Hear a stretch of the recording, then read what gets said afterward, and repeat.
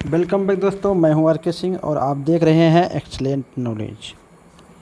आज मैं आप लोगों के बीच में हाजिर हूं एससीईआरटी 7वीं क्लास की जो ज्योग्राफी की बुक है, बिहार टेक्स्ट बुक भूगोल की किताब हमारी दुनिया भाग 2, उसके सारे ऑब्जेक्टिव क्वेश्चन को हम लोग देखेंगे जो अभ्यास पुस्तक में अभ्यास के लिए दिया हुआ रहता है। तो आइए न विलम्ब करते हुए शुरू करते हैं पहला सवाल से। पहला चैप्टर का पहला सवाल।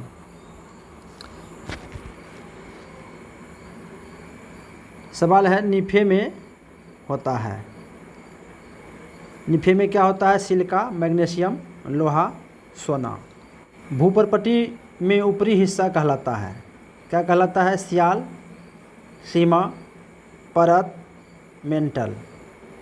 तो इसका सही जवाब हो जाएगा सियाल। तीसरा सवाल है, क्रोड है।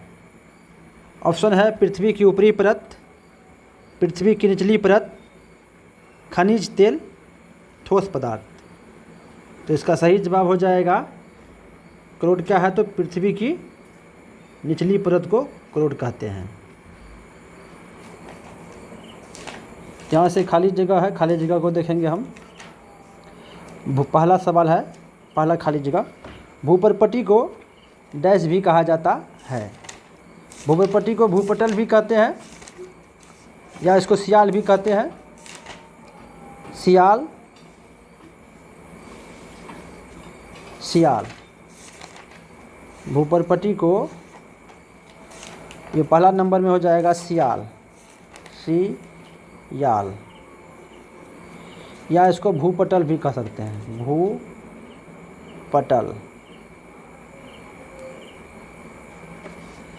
दूसरा देखिए, दूसरा खाली जगह है। दूसरा है आपका, पृथ्वी के अंदर प्रति 10 मीटर की गहराई पर तापमान 1 डिग्री सेल्सियस बढ़ जाता है। तो ये हो गया 32 मीटर। 32 मीटर की गहराई पर तापमान जो है 1 डिग्री सेल्सियस बढ़ जाता है। तीसरा देखिए, पृथ्वी के बीच की परत को कहते हैं। पृथ्वी की बीच की परत को सीमा कहा जाता है, सीमा, जिसमें सिलिकॉन और मैग्नीशियम Si और Mg, सिलिकॉन और मैग्नीशियम होता है, इसलिए इसको सीमा भी कहते हैं।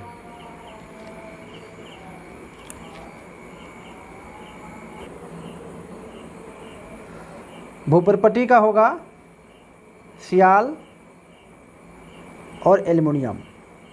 सीमा का हो जाएगा सिलिका और मैग्नीशियम, सिलिका और मैग्नीशियम हो जाएगा। निफे का हो जाएगा, पदार्थों की गाढ़ी अवस्था को निफे कहते हैं। और बच गया खनिज पदार्थ, सियाल का हो जाएगा खनिज पदार्थ। तो आइए नेक्स्ट देखते हैं, अगला चैप्टर है सही विकल्प को चुनें। इनमें पहला सवाल है, इनमें रूपंथित चट्टान कौन है? ऑप्शन है बेसाल्ट, चूना पत्थर, संगमरमर, ग्रेनाइट।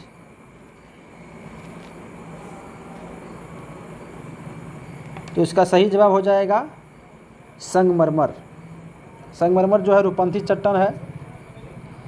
सवाल नंबर दूसरा देखिए, बेसाल्ट किस प्रकार की चट्टान है? तो इसका सही जवाब हो जाएगा आग्नेय चट्टान। तीसरा सवाल देखिए, चट्टानों के रूपांतरण में किसका योगदान होता है? ऑप्शन है तापमान, दबाव, रासायनिक द्रव्य, उपर्युक्त सभी। तो इसका सही जवाब हो जाएगा उपर्युक्त सभी। आगे देखिए,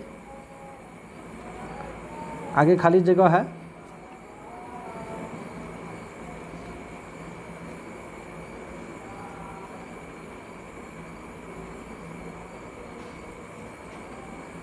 जो चट्टान ज्वालामुखी से निकले लावा को ठंड होने से बनाती है उसे कहते हैं, कौन सी चट्टान कहते हैं? उसे कहेंगे आग्नेय चट्टान। कौन सा चट्टान? आग्नेय चट्टान। ख नंबर देखिए, जिन चट्टानों में परत पाई जाती है उन्हें डैश चट्टान कहते हैं। परत पाई जाती है जिसका मतलब परतदार चट्टान हो जाएगा, इसे कहते हैं परतदार चट्टान। ग नंबर में देखिए, ज्वालामुखी से निकला गर्म पदार्थ कहलाता है, क्या कहलाएगा? तो ग नंबर का हो जाएगा लावा कहलाता है। ग नंबर का हो जाएगा लावा। घ नंबर में देखिए, अत्यधिक डैश एवं डैश के कारण चट्टानों का लक्षण बदल जाते हैं। तो अत्यधिक ताप, यहाँ हो जाएगा ताप और यहाँ हो जाएगा दाब। अत्यधिक ताप एवं दाब के कारण चट्टानों का लक्षण बदल जाते हैं। आइए अगला देखते हैं।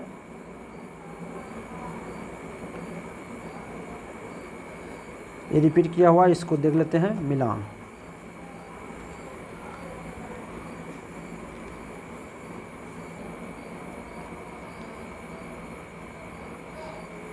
सही मिलान करें, सही मिलान कर लिखिए। तो इसका सही मिलान ही कर देते हैं।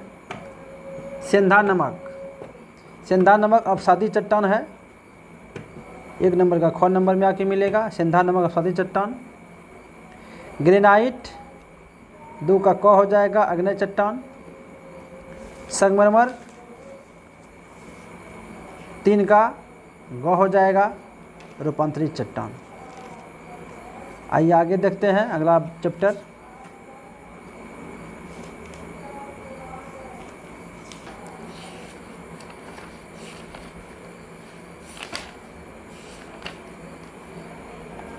सही विकल्प को चुनें। यह आपका तीसरा चैप्टर का सवाल है। पहला है छोटा नागपुर क्या है? ऑप्शन में एक पठार है। 1 मिनट।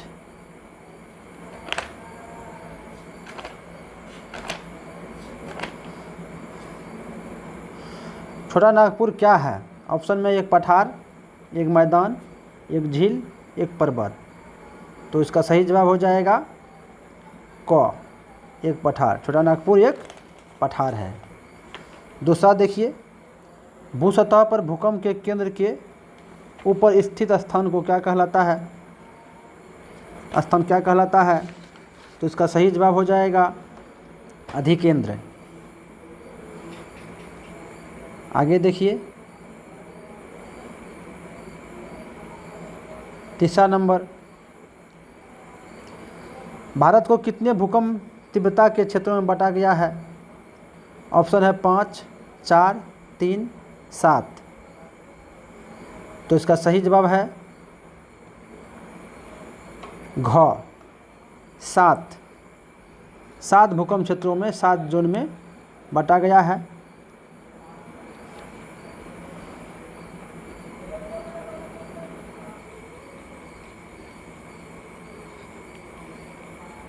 माफ़ कीजिएगा, तीसरा नंबर सवाल का जवाब 7 गलत है। भारत को कितने भूकंप तीव्रता के क्षेत्रों में बांटा गया है? 5, 4, 3, 7। तो इसका सही जवाब हो जाएगा 5। भारत के 5 भूकंप क्षेत्र हैं। क्षेत्र 1 जो होता है उसमें भूकंप नहीं के बराबर आता है। भूकंप जो क्षेत्र 2 होता है उसमें कम जोखिम वाले क्षेत्र होता है। भूकंप का जो क्षेत्र 3 होता है वो मध्यम जोखिम वाले क्षेत्र होते हैं। अत्यधिक जोखिम वाले क्षेत्र 4 नंबर का होता है, चौथा भूकंप क्षेत्र। और 5वां भूकंप क्षेत्र जो होता है वह सबसे अधिक जोखिम वाले क्षेत्र होते हैं। यानी ये हो गया कम जोखिम वाले 2 नंबर, मध्यम, अधिक और अत्यधिक। चलिए चौथा नंबर सवाल देखते हैं। सतपुड़ा पर्वत उदाहरण है, किसका है? भ्रंश घाटी का। वलित पर्वत का, ब्लॉक पर्वत का, भ्रंशत पर्वत का। तो इसका सही जवाब हो जाएगा ग, ब्लॉक पर्वत का उदाहरण है। सतपुड़ा पर्वत जो है ये काफ़ी इम्पोर्टेंट सवाल भी है, ये सवाल काफ़ी इम्पोर्टेंट है। सतपुड़ा पर्वत जो है, सतपुड़ा पर्वत ब्लॉक पर्वत का उदाहरण है। इसके आगे मिलान है, इस मिलान को हम लोग देख लेते हैं। यह एक तरफ पर्वत का नाम दिया गया है और इधर वो पर्वत का निर्माण किस प्रकार हुआ है उसका नाम दिया गया है। तो ये बारी बारी से दोनों को देख लेते हैं और मिलान करते हैं। पहला हिमालय पर्वत यानी हिमालय पर्वत जो है ये वलित पर्वत का उदाहरण है। दूसरा है फ्यूजियामा जो है ये संचयन पर्वत है। तीसरा है अरावली पर्वत जो है अपशिष्ट पर्वत का उदाहरण है। उसके बाद है दक्कन का जो क्षेत्र है वो लावा निर्मित पठार है, दक्कन का पठार है। इस प्रकार इसका मिलान हो जाता है। तो ये आगे देखते हैं।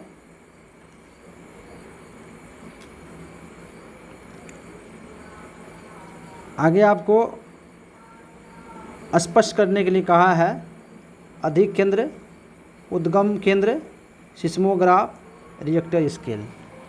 इसको भी जान लेते हैं। अधिक केंद्र, पहले है अधिक केंद्र।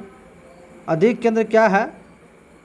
अधिक केंद्र हो गया आपको भूकंप के जो उद्गम केंद्र के भूसतह पर जो उसका निकटतम स्थान होता है उसी को अधिक केंद्र कहते हैं।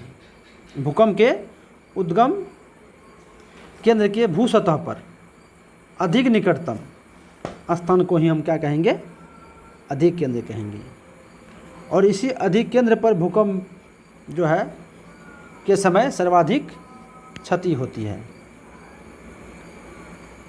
क्योंकि इस भाग में सर्वाधिक कंपन भी होता है। अधिक केंद्र में कंपन दूरी बढ़ने के साथ कम होते जाता है। अधिक केंद्र, जैसे यहाँ पर अधिक केंद्र है आपका, जो ये दूरी बढ़ते जाएगा, ये कंपन इधर अधिक हुआ, इधर कम होते जाएगा।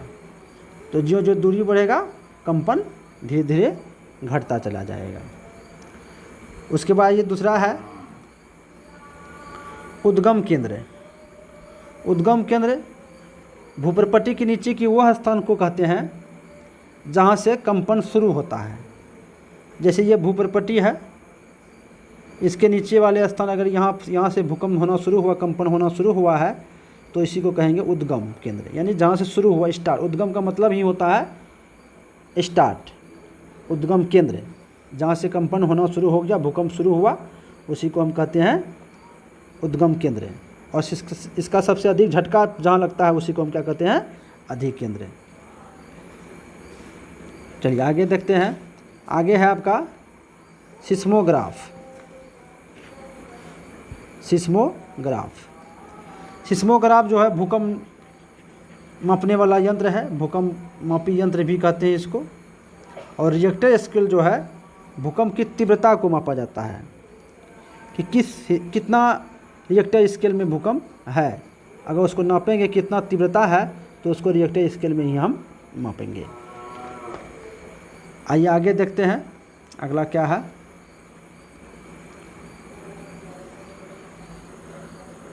वायुमंडल में गैसों का वितरण, ये भी जान लेना का अति आवश्यक है, क्योंकि कभी कभी परीक्षा में पूछ दिया जाता है गैसों का वायुमंडल में प्रतिशत क्या है। तो आइए शुरू करते हैं। नाइट्रोजन गैस,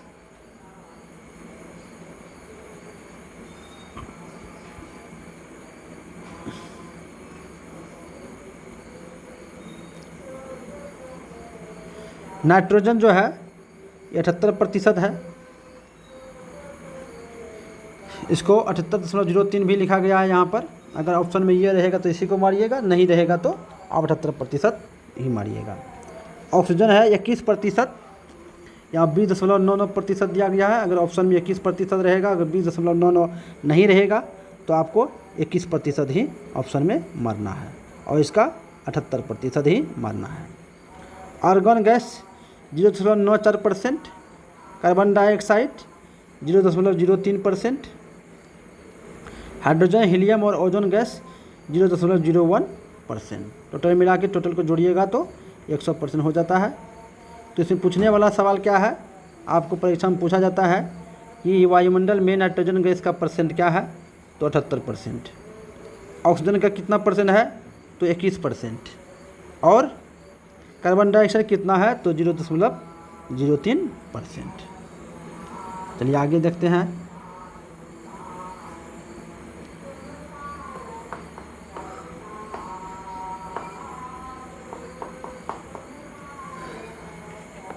आगे यहाँ हम लोग देखेंगे वायुमंडल की परत। वायुमंडल की जो परत है, हमारा वायुमंडल जो है, वायुमंडल में अनेक गैसों का आवरण है जिसे वायुमंडल कहते हैं।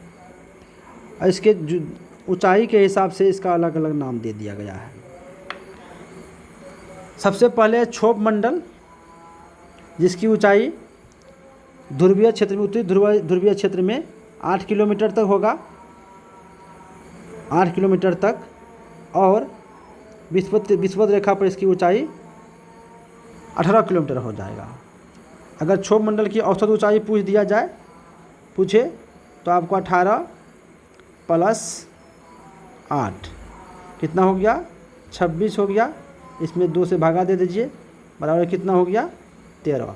तो आप 13 ही इसका जवाब देना है। उसके बाद है समताप मंडल। समताप मंडल यानी कि 50 किलोमीटर की ऊंचाई तक है समताप मंडल। समताप मंडल में ही ओजोन मंडल का भी लेयर है। समताप मंडल में ही ओजोन मंडल का भी लेयर है। और समताप मंडल में ही आपको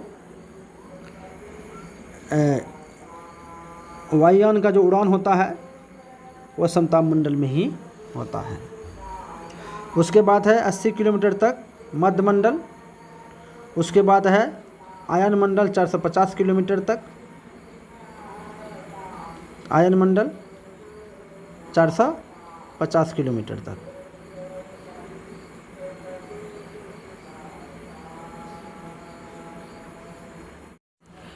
आइए इसके बाद हम लोग देखेंगे वायुमंडल की परत। ये वायुमंडल की विभिन्न परत है, जैसे क्षोभ मंडल है, समताप मंडल है, मध्य मंडल है, आयन मंडल है और बहिर्मंडल है। तो बारी बारी से इसको देखते हैं सभी मंडल को। थोड़ा इसको बड़ा कर लेते हैं पहले, फिर बारी बारी से देखेंगे और आगे बढ़ते जाएंगे।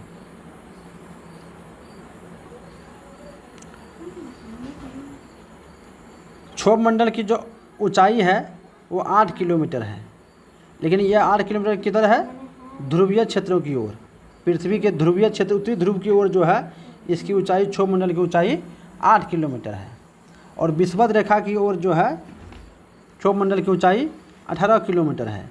18 और 8 को जब आप जोड़िएगा, 18 + 8 तो बराबर हो जाएगा कितना, 26 हो जाएगा।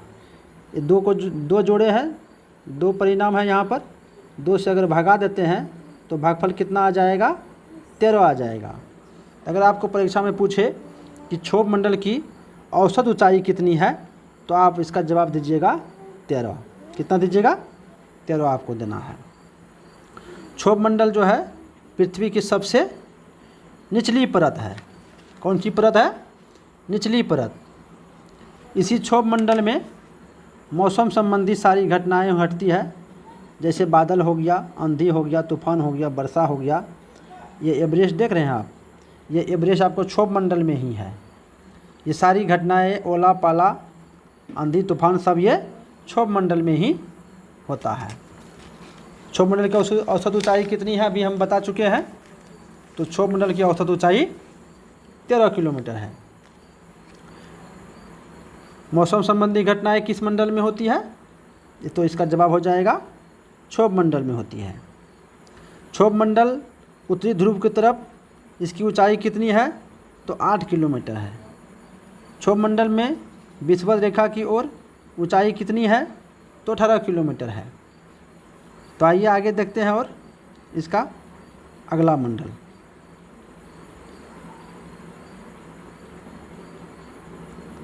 आगे है समताप मंडल।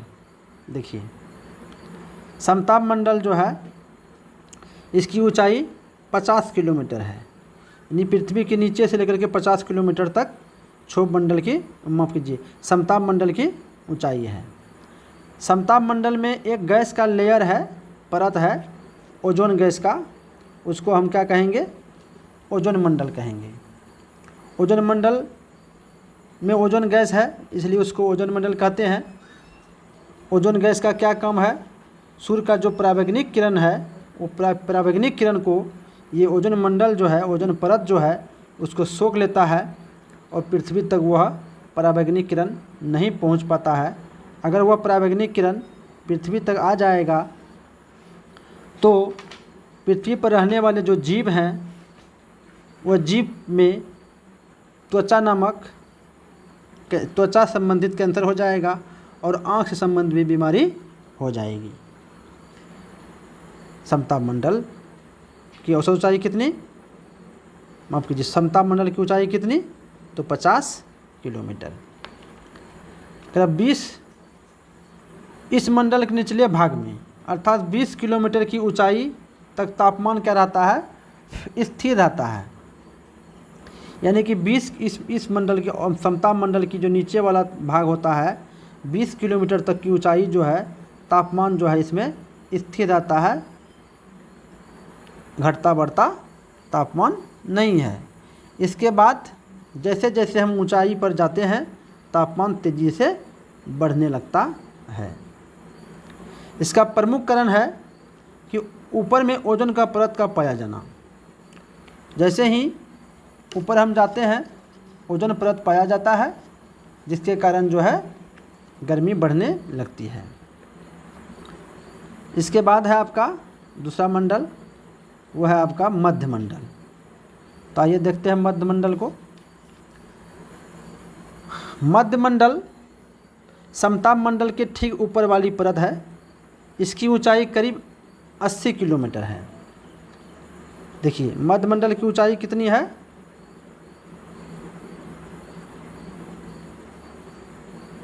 80 किलोमीटर। यह ऊंचाई 80 किलोमीटर जो है, 80 किलोमीटर ऊंचाई के बाद इसके बाद जो है जो हम ऊपर जाते जाएंगे तापमान धीरे धीरे क्या हो जाएगा, घटता चला जाएगा। यह मंडल अंतरिक्ष से आने वाले उल्का पिंडों से हमारी रक्षा करता है।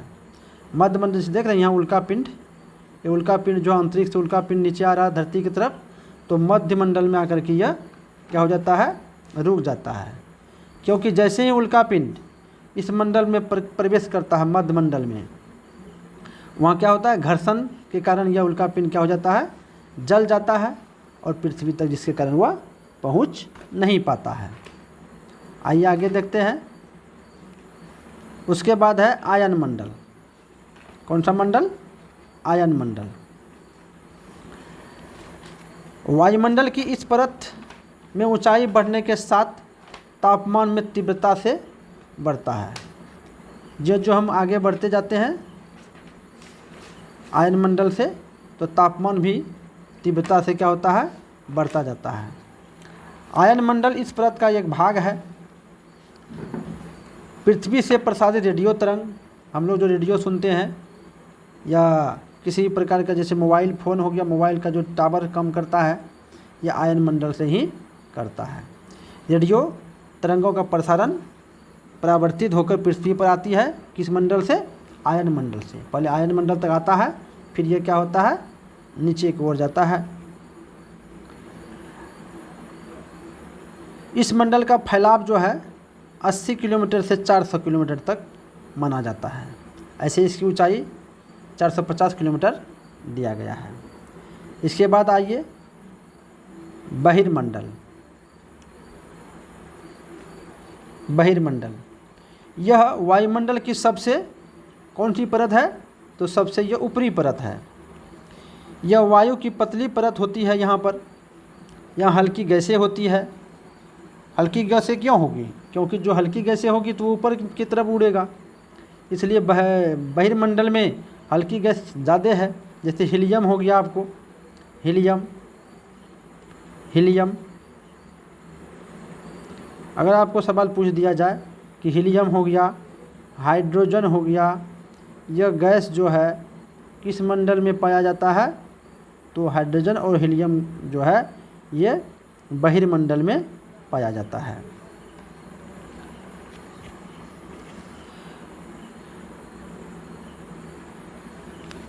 तो ये वायुमंडल की कुछ परत थी, यानी 5 परत। इसके बारे में संक्षिप्त जानकारी आपने सुना अभी।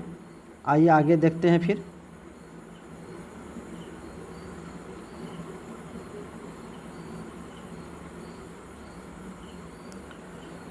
अगला चैप्टर है, यानी इसी चैप्टर का जो अभ्यास प्रश्न है उस प्रश्न को देख लेते हैं।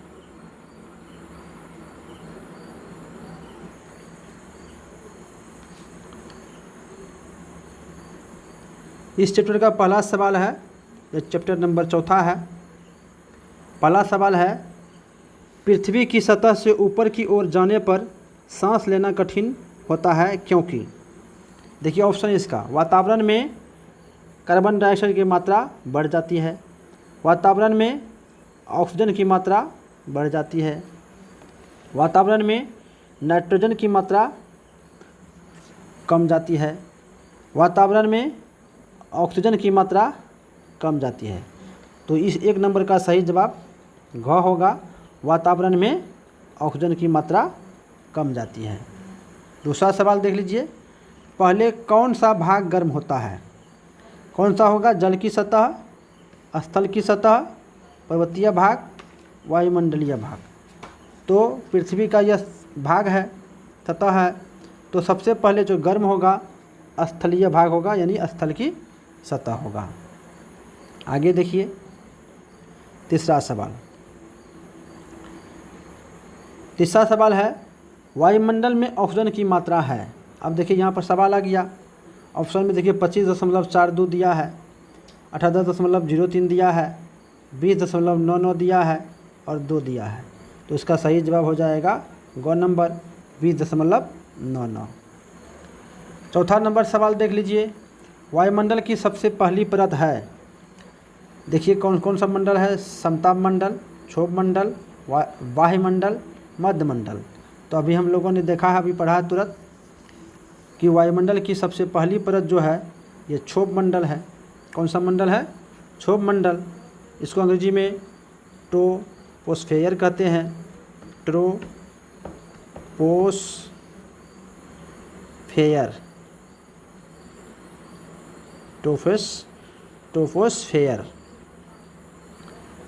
आगे देखिए अगला 5वां नंबर, रेडियो तरंगे किस परत से परावर्तित होकर पृथ्वी पर वापस लौटती है? ऑप्शन देख लीजिए, क्षोभ मंडल, आयन मंडल, ओजोन मंडल, बहिर्मंडल। ये हो जाएगा आपका आयन मंडल। अभी हम लोगों ने तुरंत पढ़ा है, तो इसका जवाब हो जाएगा आयन मंडल। आगे देखिए, आगे खाली जगह है, खाली जगह को भी देख लेते हैं। समताप मंडल का आरंभ डैश के बाद होता है, यानी कि समताप मंडल का आरंभ जो है कौन मंडल के बाद होता है? क्षोभ मंडल के बाद होता है, यानी ट्रोपोस्फेयर के बाद होता है।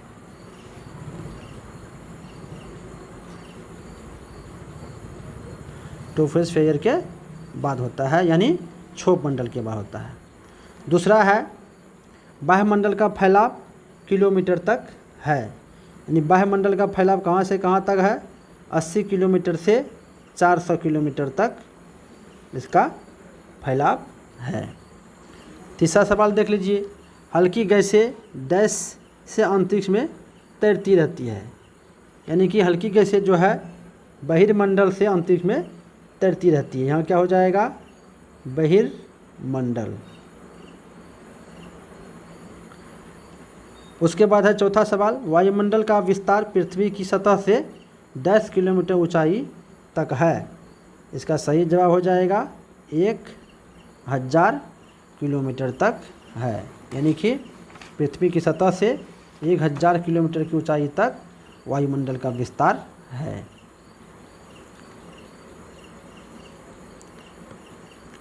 अगला देख लीजिए 5वां नंबर, वायुमंडल में सबसे अधिक डैश गैस पाई जाती है। सबसे अधिक कौन सी गैस होगा? नाइट्रोजन होगा। कौन सा गैस हो जाएगा? नाइट्रोजन। ये नाइट्रोजन का परसेंट कितना हो जाएगा? 78% या फिर 78 कितना था?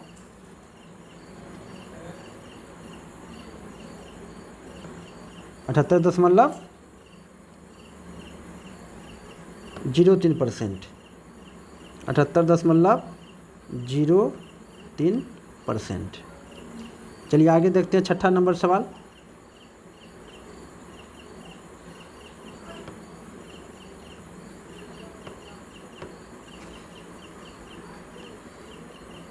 छठा नंबर सवाल है, तापमान बढ़ने से डैश के जल स्तर में वृद्धि हो रही है। तापमान बढ़ेगा तो कहाँ का जल स्तर में वृद्धि होगा? तो समुद्र के जल स्तर में वृद्धि होगी। कहाँ के? समुद्र के जल स्तर में वृद्धि होगी। 7 नंबर सवाल है, डैश गैस को ग्रीन हाउस गैस कहते हैं। तो यहाँ हो जाएगा कार्बन डाइऑक्साइड गैस यानी CO2 गैस को ग्रीन हाउस गैस भी कहते हैं। आइए आगे देखते हैं। आगे जल का वितरण दिया गया है प्रतिशत में, इसको भी जान लेना आवश्यक है, काफ़ी महत्वपूर्ण है।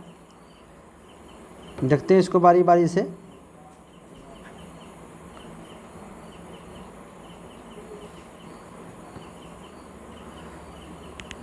जल का वितरण प्रतिशत में सबसे पहले आइए महासागर देखते हैं। महासागर में कितना प्रतिशत जल है? तो 97.3% जल है। उसके बाद है बर्फ़ छत्रक के रूप में। बर्फ़ के रूप में कितना प्रतिशत जल है? तो 2% जल बर्फ़ के रूप में पड़ा हुआ है। उसके बाद है भूमिगत जल।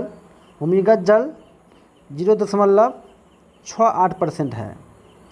झीलों का अवलवण जल कितना है? 0.009%। उसके बाद है स्थलीय समुद्र एवं नमकीन झीलें, कितना है इसमें जल? तो 0.009%। वायुमंडल में कितना प्रतिशत जल है? देख लीजिए, वायुमंडल में है 0.0019%। नदियों में कितना प्रतिशत जल है? तो नदियों में देख लीजिए 0.0001% जल है। तो ये था जल का वितरण प्रतिशत में। आइए आगे देखते हैं। आगे एक महत्वपूर्ण की पॉइंट है, काफ़ी महत्वपूर्ण पॉइंट्स है, इसको याद रखिएगा। 22 मार्च को जल संरक्षण दिवस मनाया जाता है। जल संरक्षण का मतलब हुआ जल को बचाना। इस दिन आप भी विद्यालय मोहल्ले में जागरूकता रैली निकालिए और जल संरक्षण पर चर्चा कीजिए। आगे देख लीजिए। आगे एक महत्वपूर्ण सवाल है,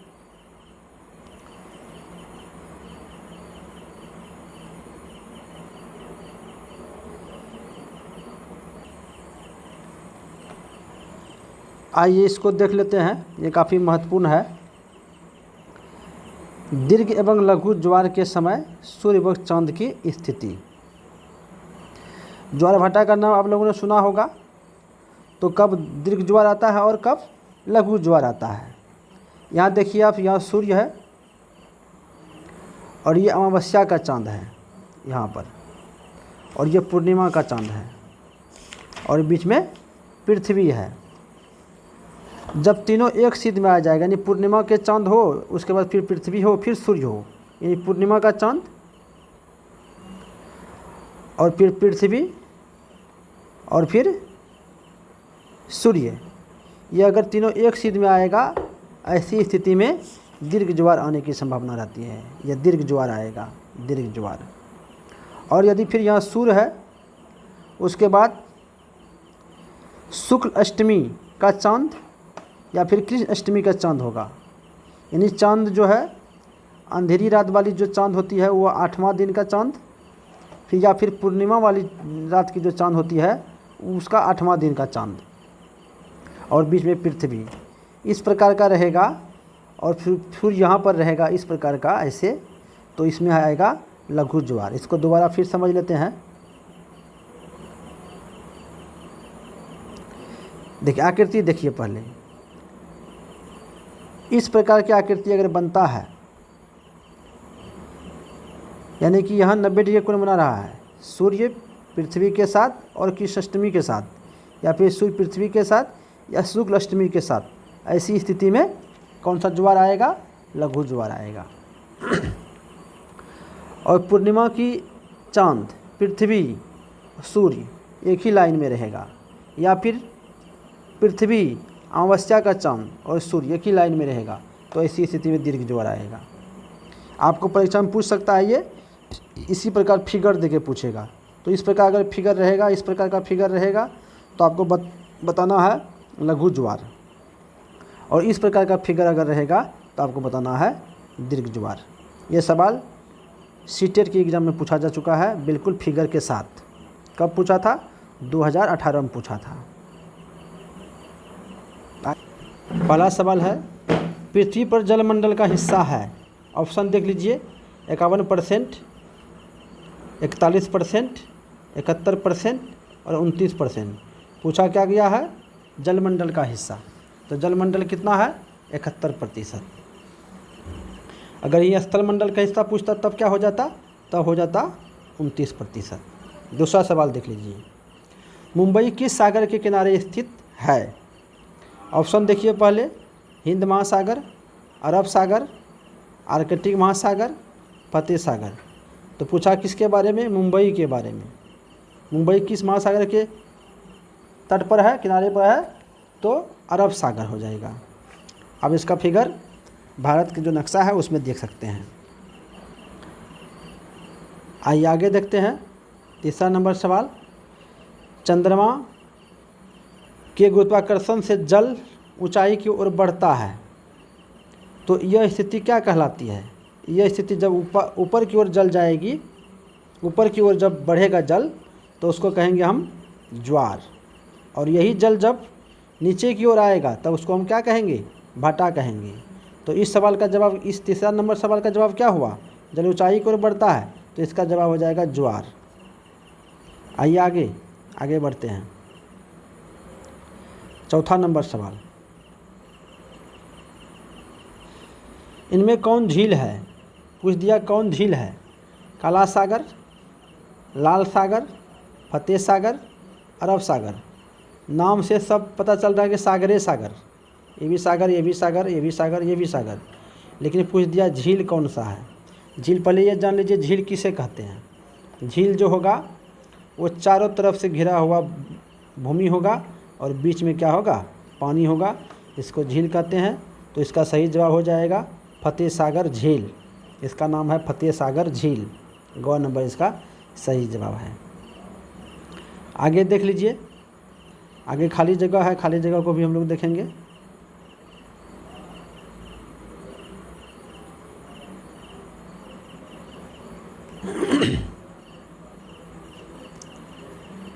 पहला देख लीजिए खाली जगह, नदी का जल समुद्र में गिरकर डैश हो जाता है। क्या हो जाता है? नदी का जब जल समुद्र में जाता है तो जाने के बाद क्या हो जाएगा? नमकीन हो जाएगा, यानी खारा हो जाएगा, खारा। दूसरा नंबर सवाल देखिए, ज्वार भाटा डैश में होता है। ज्वार भाटा डैश में होता है, यानी कि ज्वार भाटा जो ये 24 घंटे में होता है। कितने घंटे में? 24 घंटे में होता है। उसके बाद फिर देखिए, ज्वार भाटा डैश के गुरुत्वाकर्षण बल के कारण होता है। तो ये हो जाएगा आपका सूर्य और चंद्रमा, सन एंड मून, यानी सूर्य और चंद्रमा के गुरुत्वाकर्षण बल के कारण होता है। तीसरा देख लीजिए, जल संरक्षण दिवस डैश को मनाया जाता है। तो जल, अभी हम लोगों ने देखा था 22 मार्च को, 22 मार्च को जल संरक्षण दिवस मनाया जाता है। आगे देखिए, इस फिगर को देख लीजिए थोड़ा सा, इसको थोड़ा छोटा कर देते हैं ताकि अच्छी तरह से दिखाई पड़े। आपके बुक में भी दिया गया है ये। यहाँ देखिए, पर्यावरण के ये क्या है, घटक है। पर्यावरण के 2 प्रकार के घटक हैं, एक है प्राकृतिक घटक और एक है मानव निर्मित घटक। तो इसको बारी बारी से हम लोग देख लेते हैं, प्राकृतिक घटक को भी और मानव निर्मित घटक को भी। देखिए, पर्यावरण के प्राकृतिक घटक देख लीजिए, क्या है, जल है, वन है, पेड़ पौधे है और गांव वाले क्षेत्र है। यहाँ क्या है, बादल है, ये प्राकृतिक घटक के अंतर्गत आएगा। फिर देख लीजिए नीचे, मानव निर्मित घटक देख लीजिए, क्या है, ये बिल्डिंग्स है, बड़ी बड़ी इमारतें हैं। ये क्या है, पुल पुलिया है। ये क्या है, स्मारक है।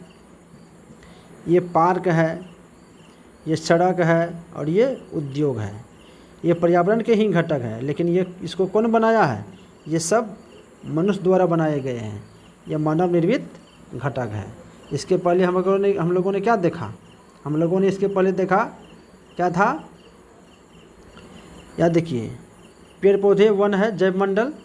यहाँ क्या है, जल है, जलमंडल। यहाँ क्या है, स्थल मंडल है और ये क्या है, वायुमंडल है। ये सब क्या है, ये मनुष्य द्वारा तैयार किया गया नहीं है, ये प्रकृति द्वारा निर्मित है।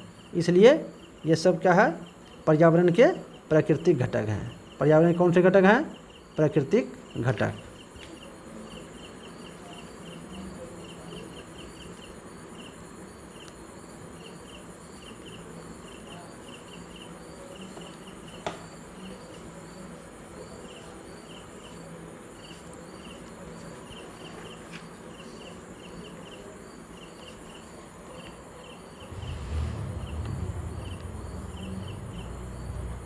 चलिए आगे देखते हैं। अब आइए इस चैप्टर का अभ्यास पर।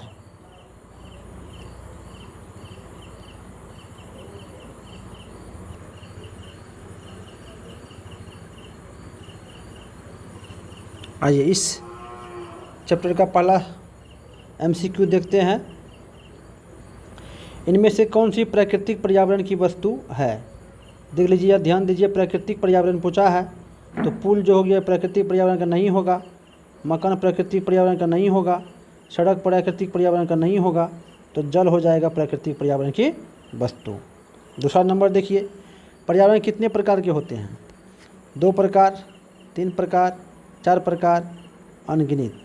अगर हम घटक के आधार पर ले कि पर्यावरण कितने घटक हैं, तो घटक में हो जाएगा 2, एक प्राकृतिक घटक और एक मानव निर्मित घटक।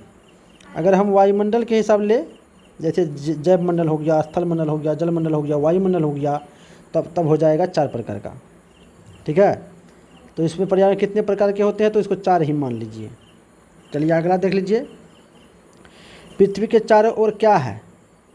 पृथ्वी के चारों ओर क्या हो सकता है, पृथ्वी के चारों ओर वायु हो सकता है।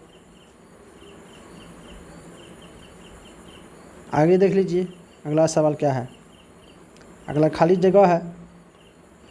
आइए खाली जगह को देख लेते हैं, खाली जगह बनाते हैं। पहला है, पेड़ पौधे एवं जीव मिलकर पर्यावरण बनाते हैं, डैश पर्यावरण। तो क्या होगा, प्राकृतिक पर्यावरण, प्राकृतिक पर्यावरण। उसके बाद है, पेड़ पौधे जीव जंतु जैव डैश के अंग है। किसके अंग है, जैव विविधता के अंग है, जैव विविधता के अंग हैं। तीसरा देख लीजिए, मनुष्य ने अपनी डैश की पूर्ति के लिए चीज़ों को बनाया। किसकी पूर्ति के लिए, आवश्यकता, इस खाली जगह आवश्यकता हो जाएगा, आवश्यकता की पूर्ति के लिए चीज़ को बनाया। चलिए आगे देखते हैं, आगे फिर अभ्यास है।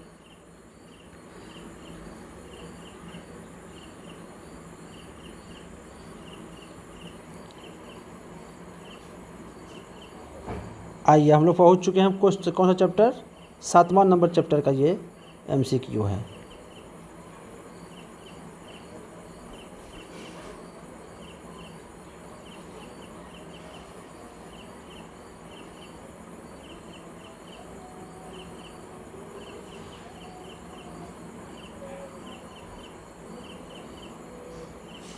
सातवां नंबर, पहला सवाल है, जल प्रदूषण हो रहा है, किससे होगा? पौधों के कटाव से, वाहन चलाने से, पानी पीने से, पानी में दूषित पदार्थ मिलने से। पानी, स्वाभाविक बात है कि पानी में जब आप किसी दूषित पदार्थ को मिला दीजिएगा तो क्या हो जाएगा? जल प्रदूषित हो जाएगा। तो इसका सही जवाब हो जाएगा घ नंबर। दूसरा देख लीजिए, नदी तालाब के पानी की शुद्धता हो सकती है, कैसे हो सकता है? मच्छर पालने से, तोता पालने से, बतख पालने से, मछली पालने से।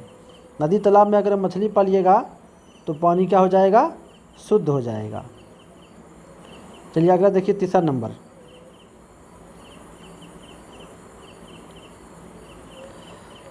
तीसरा नंबर सवाल है, बढ़ती जनसंख्या के कारण हो रहा है।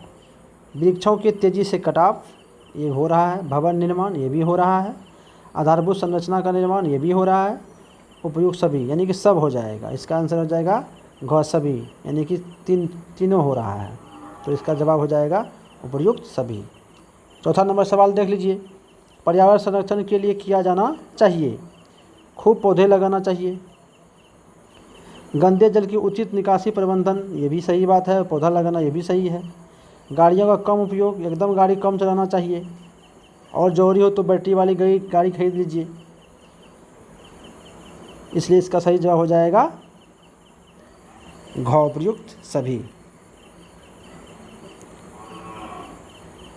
उसके बाद आइए आगे खाली जगह है, इस खाली जगह को देखते हैं।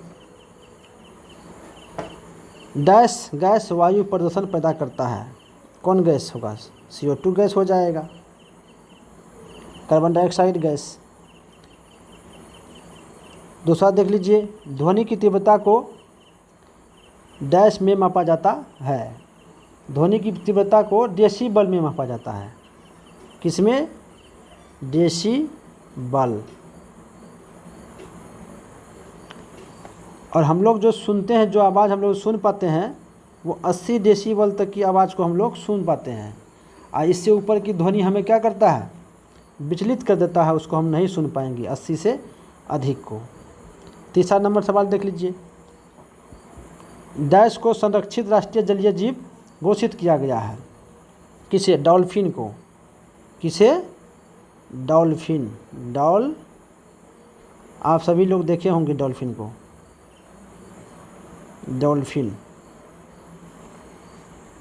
डॉल्फिन को राष्ट्रीय जलीय जीव घोषित किया गया है।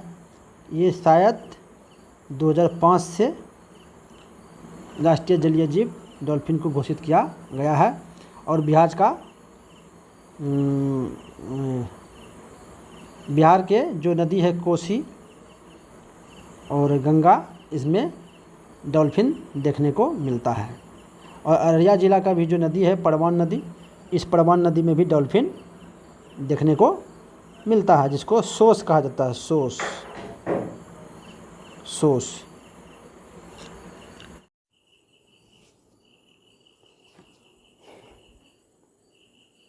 लद्दाख की जलवायु शुष्क है, क्योंकि लद्दाख का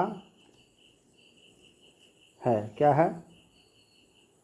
ऊंचाई पर होना, वनस्पतियों का न होना, हिमालय की वृष्टि छाया में होना, निचाई पर होना। तो उसका सही जवाब हो जाएगा ग, हिमालय की वृष्टि छाया में होना। दूसरा है, लद्दाख में पाया जाने वाला महत्वपूर्ण जानवर है। क पांडा, ख जंगली भैंसा, ग याक, शेर। तो इसका सही जवाब हो जाएगा ग, याक। 3 नंबर सवाल है, कश्मीर से लद्दाख होते हुए तिब्बत को जोड़ता है। रोहतांग दर्रा, काराकोरम दर्रा, जोजिला दर्रा और नाथुला दर्रा। तो इसका सही जवाब हो जाएगा ख, काराकोरम दर्रा। ख, काराकोरम दर्रा। नेक्स्ट है चौथा नंबर सवाल, लद्दाख में बहने वाली नदी है सिंधु नर्मदा, सिंधु श्योक, सिंधु गंगा, सिंधु चिनाब। तो 4 नंबर का सही जवाब हो जाएगा ख, सिंधु और श्योक नदी लद्दाख में बहने वाली नदी है। आगे खाली जगह है। पहला है खापाचान का अर्थ है। खापाचान का क्या अर्थ होगा? तो खापाचान का अर्थ होगा हिम भूमि। दूसरा है लद्दाख क्षेत्र की समान ऊंचाई है। तो इसका सही जवाब हो जाएगा 3600 मीटर लद्दाख क्षेत्र की समान ऊंचाई है। तीसरा हो जाएगा अच्छे किस्म का जीरा डैश घाटी में पाया जाता है। तो इसका आंसर हो जाएगा द्रास घाटी में, द्रास। नेक्स्ट है चौथा नंबर, काराकोरम दर्रा कश्मीर को डैश से जोड़ता है। कश्मीर को किससे जोड़ता है? तो कश्मीर को तिब्बत से जोड़ता है। पांचवा है बड़े मठों को डैश कहते हैं। बड़े मठों को गोम्पा कहते हैं।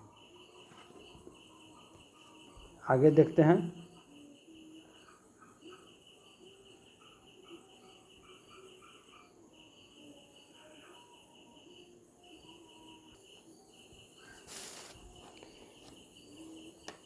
थार रेगिस्तान फैला है गुजरात महाराष्ट्र तक, गुजरात राजस्थान तक, पंजाब राजस्थान तक, राजस्थान मद्रास तक, मध्य प्रदेश तक। तो इसका सही जवाब है ख, गुजरात राजस्थान तक। दूसरा नंबर देख लीजिए, साफा कहते हैं सफाई वाले कपड़े को, पूरी आस्तीन वाली कमीज को, सिर पर बांधने वाली पगड़ी को, कमर पर बांधने वाले कपड़ा को।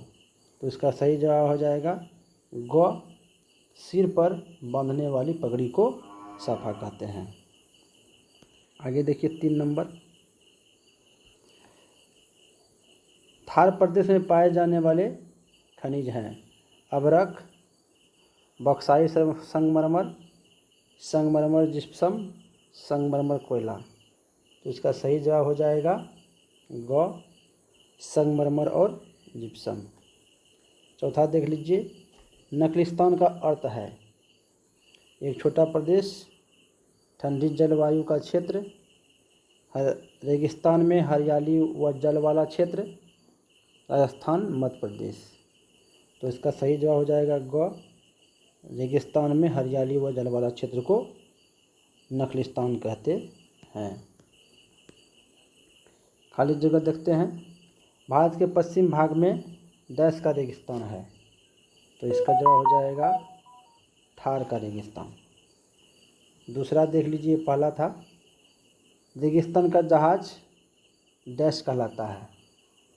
तो इसका जवाब हो जाएगा रेगिस्तान का जहाज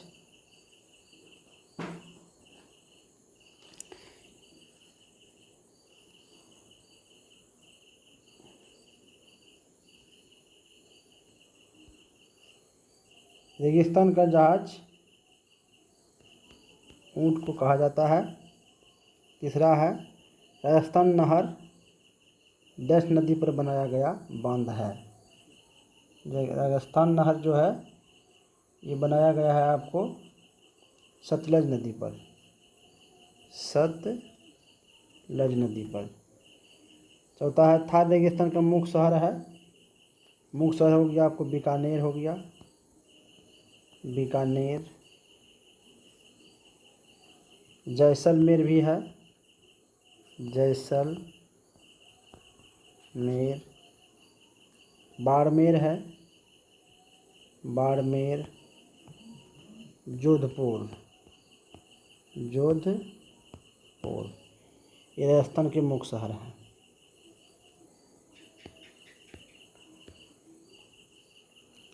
कुछ महत्वपूर्ण पॉइंट्स हैं यहाँ पर।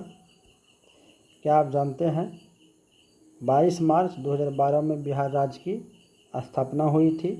इसी दिन को बिहार दिवस के रूप में प्रतिवर्ष मनाया जाता है।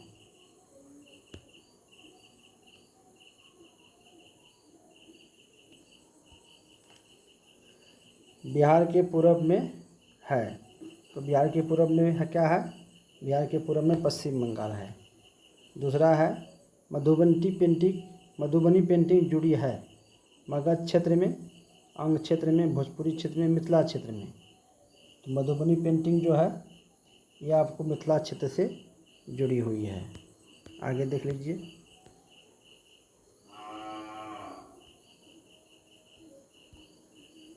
तीसरा नंबर, जमालपुर में अवस्थित है सिगरेट का कारखाना, जूट का कारखाना, बारूद का कारखाना, रेलवे कार्यशाला। तो इसका सही जवाब हो जाएगा घ, रेलवे कार्यशाला।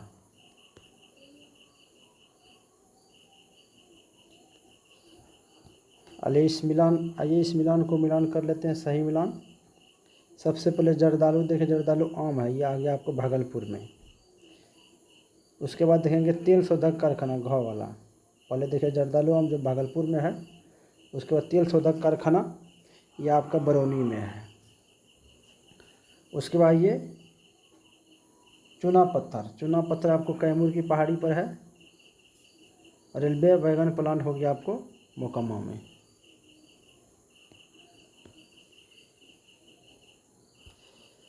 यहाँ भी पॉइंट है एक, केरल में चिकित्सा की एक पद्धति जो आयुर्वेद मसाज पर आधारित है, काफ़ी प्रचलित हो रही है।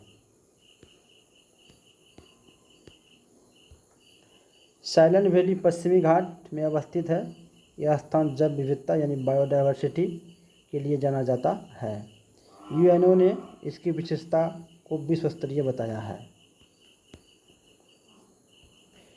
केरल को गोड्स ऑन कंट्री भी कहा जाता है, काफ़ी महत्वपूर्ण है, इसे याद रखिएगा।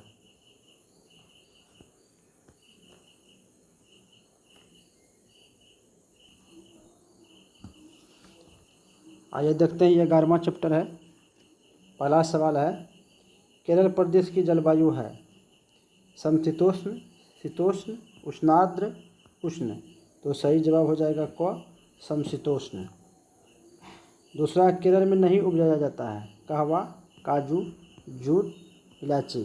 इसका सही जवाब हो जाएगा जूट, जो केरल में नहीं उगाया जाता है।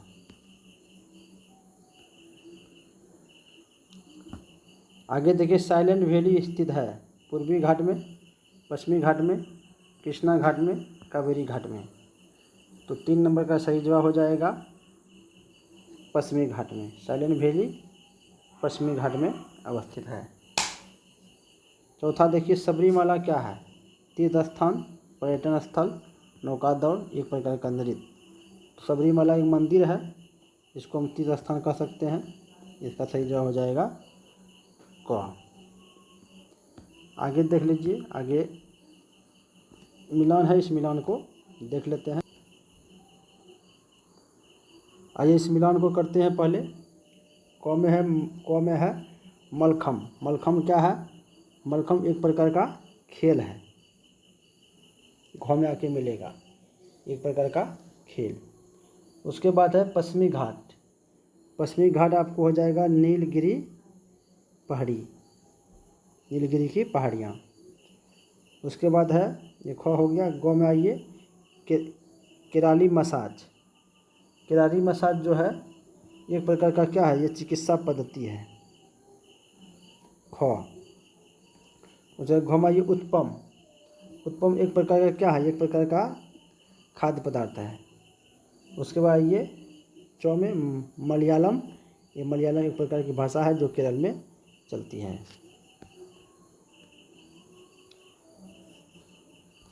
क्या आप जानते हैं वायु की ऊर्ध्वाधर गति को वायु धाराएं यानी एयर करेंट कहा जाता है। क्या आप जानते हैं उच्च दाब से निम्न दाब की ओर चलने वाली वायु की गति को पवन कहते हैं।